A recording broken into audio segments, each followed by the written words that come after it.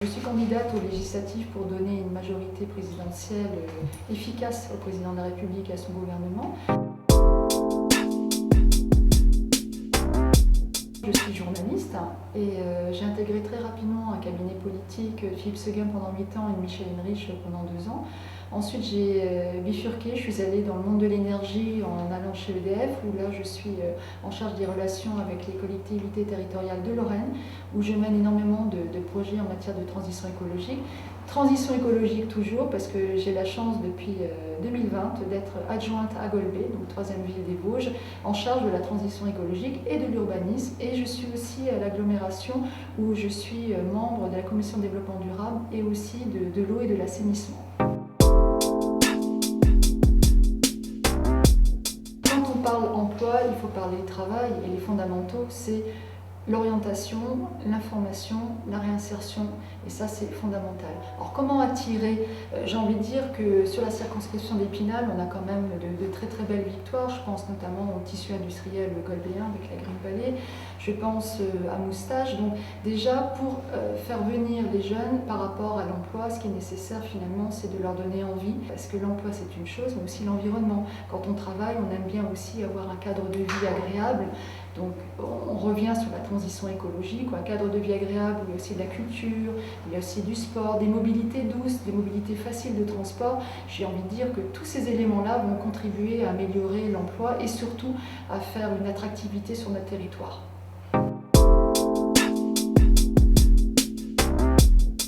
Ça, c'est un sujet où vraiment c'est devenu insupportable. Vous voulez avoir un ophtalmo, vous voulez voir un dermato, il faut attendre 2 mois, 3 mois.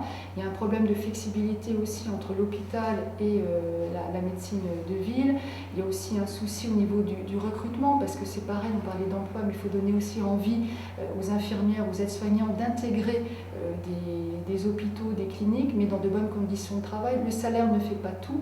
Et là, au niveau du Ségur, il y a eu beaucoup d'efforts qui ont été consentis, mais il faut encore aller plus loin. Donc là, sur le territoire, je crois beaucoup aussi en l'expérimentation. L'État ne peut pas tout. Il faut réinventer le système médical.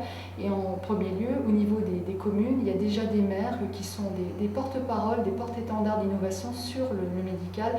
Je pense à la commune, par exemple, de Hadol, qui fait un pôle santé où seront regroupés des kinés, il y aura des dentistes, il y aura une infirmière, et tout ça pour les jeunes, les actifs, mais également pour nos aînés. Si on veut aller vers une autonomie énergétique pour 2050, c'est la feuille de route à ce niveau-là, il y a vraiment le mix énergétique sera quand même un atout pour le territoire. Il faut faire de l'éolien, il faut faire du solaire, il faut multiplier par 10 au niveau du solaire, mais il faut aussi du nucléaire, parce que les EPR, c'est 1300 MW, c'est quand même important quand on veut attirer de l'industrie. Quand un territoire se veut dynamique, il faut aussi que quelque part il y ait des adaptations des réseaux, et le mix énergétique sera vraiment très important.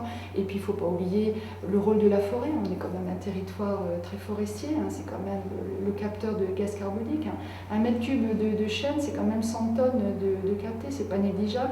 Et on se rend compte que la forêt non seulement est une ressource pour les communes, mais c'est aussi une ressource pour les générations futures. Pour tous ces sujets que je viens d'évoquer, il faudra vraiment du courage politique et surtout un gouvernement qui pourra compter sur des députés très engagés sur le terrain. Donc ça, c'est quelque chose qui est dans mon ADN. De par ma formation et mes activités, je suis toujours à la rencontre des élus, des associations, des habitants. Donc je compte bien mener à terme beaucoup de projets. Donc rendez-vous les 12 et 19 juin, je compte sur vous. Merci.